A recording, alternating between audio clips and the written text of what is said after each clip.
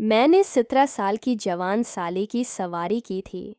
मेरी शादी मेरी मर्जी से हुई थी। मेरी बेवी एक खूबसूरत तरीन औरत थी और मेरी साली भी किसी से कम नहीं थी। मेरी शादी को 3 साल हो चुके थे। मेरी बेतकल्फ़ी मेरी साली के साथ काफ़ी ज़्यादा थी। मेरा ससुराल पठान फैमिली से ताल्लुक़ रखता है। पठान ख़ानदान की सारी लड़कियां बिल्कुल शेर जैसी सफ़ेद हैं और बहुत ही खूबसूरत और हुसैन हैं। मेरी साली की उम्र इस वक्त 20 साल थी, जबकि मेरी बीवी 22 साल की थी और मेरी अपनी उम्र 28 साल थी। मैं इस वक्त एक कंपनी में बहुत अच्छी नौकरी कर रहा था। कंपनी ने मेरा ट्रांसफ़र दूसरे शहर कर दिया था, जहाँ न मेरे घर वाले थे और न ससुराल वाले। दोनों एक ही शहर में रहते थे। मैं अपनी बीवी को लेकर इस घर में शिफ्ट हो गया था। मेरी बीवी का नाम हमेरा था, जबकि मेरी साली का नाम समेरा था। एक दिन मेरी बीवी ने मुझे बताया कि वो समेरा को यहाँ बुलवा रही है। वहाँ घर में कुछ मसला है और समेरा काफ़ी परेशान है। मैंने इस बात को खुश दिली से कबूल कर लिया। इसमें मना करने की कोई बात थी भी नहीं, क्योंकि समेरा को करीब रखना मेरी दिल की ख्वाहिश थी। मैं उसे अपने करीब तो नहीं कर सकता था, मगर उसे अपने करीब तो रख सकता था। लेकिन मेरे दिल में इसके साथ मोहब्बत करने की शदीद ख्वाहिश थी। वो ऐसी लड़की थी जिसमें प्यार कोट कोट कर भरा हुआ था। कौन सा पागल दिल नहीं चाहेगा इसके साथ मोहब्बत करने का। मैं भी तो आखिर मर्द था। एक रोटी से पेट कहाँ भरता है। खैर, कुछ दिन बाद समेरा हमारे घर आ गई। इसके चेहरे की उदासी से मुझे कुछ अंदाज़ा तो नहीं हुआ, लेकिन ये समझ आ गया कि वाकई कुछ गड़बड़ है।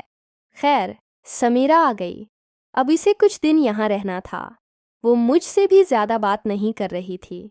मैं आपको ये बताना भूल गया कि मेरी बीवी अपना वक्त गुजारने के लिए एक स्कूल में पढ़ा रही थी।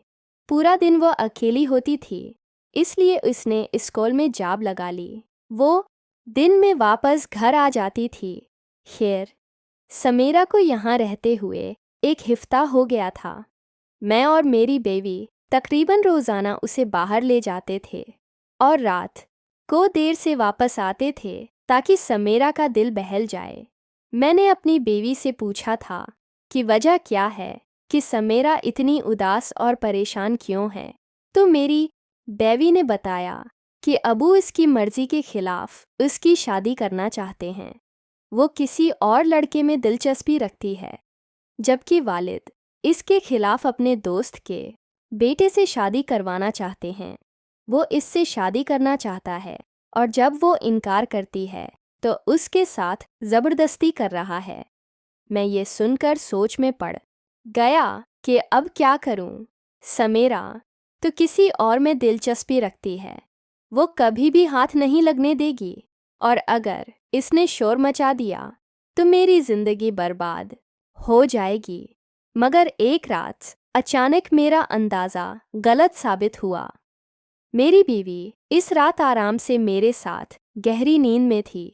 मुझे प्यास लगी तो मैं उठा और फ्रिज से पानी निकालने लगा तो पता चला कि कमरे में रखे फ्रिज में एक भी बोतल ठंडे पानी की नहीं है।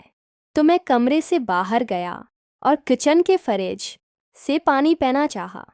मैं बाहर निकला तो देखा कि किचन के सामने टेलीफोन का स्टैंड था, जहां समेरा खड़ी किसी से फ़ोन पर बातें कर रही थी। इसने मुझे नहीं देखा था। मैं आहिस्ता आहिस्ता चलता हुआ किसी न किसी चीज़ की आड़ लेते हुए समेरा के करीब पहुंच गया। मैं ये देखकर हैरान रह गया। वो हर हदायत पर अमल पैरा थी जो इसे फ़ोन पर मिल रही थी। शायद वो अपने बिवाए फ्रेंड से बातें कर रही थी और उनके ताल्लुकात काफ़ी ज़्यादा थे, जो शायद मोहब्बत से आगे जा पहुँचे थे। समेरा इन बातों में भी अपनी चाहत और मोहब्बत की तलब का इजहार कर रही थी और वो लड़का शायद उसे गाइड कर रहा था। ये सब देखकर मुझे वाकई हैरत हुई। मगर मेरी खुशी की हद भी न रही, क्योंकि अब मैं समीरा को काबू में कर सकता था। अब तक मैं यही समझ रहा था कि समीरा को काबू पाना मुश्किल है, मगर उनके ताल्लुकात का अंदाज़ा लगाकर मैंने ये फ़ैसला कर लिया कि अब समीरा को काबू पाना मुश्किल नहीं है। अगर उसने शोर भी मचाया तो मैं उसे इस फ़ोन पर होने वाली बातचीत और हरकतों की बुनियाद पर ब्लैकमेल कर सकता था। अब समीरा की कमज़ोरी मेरे हाथ में आ गई थी। खैर, ये सब देखकर मैं पानी पिए बगैर वापस आ गया और फिर मुझे नींद नहीं आई। मैं सारी रात सोचता रहा और मंसूबा बनाता रहा कि किसी तरह समीरा पर हाथ डाला जाए ताकि वो आराम से मेरी हो जाए। खैर, इसी सोच व फिक्र में सुबह हो गई और मेरे दफ्तर जाने का वक्त हो गया। मैंने अपनी बीवी से पूछा कि समीरा अभी तक सो रही है ना?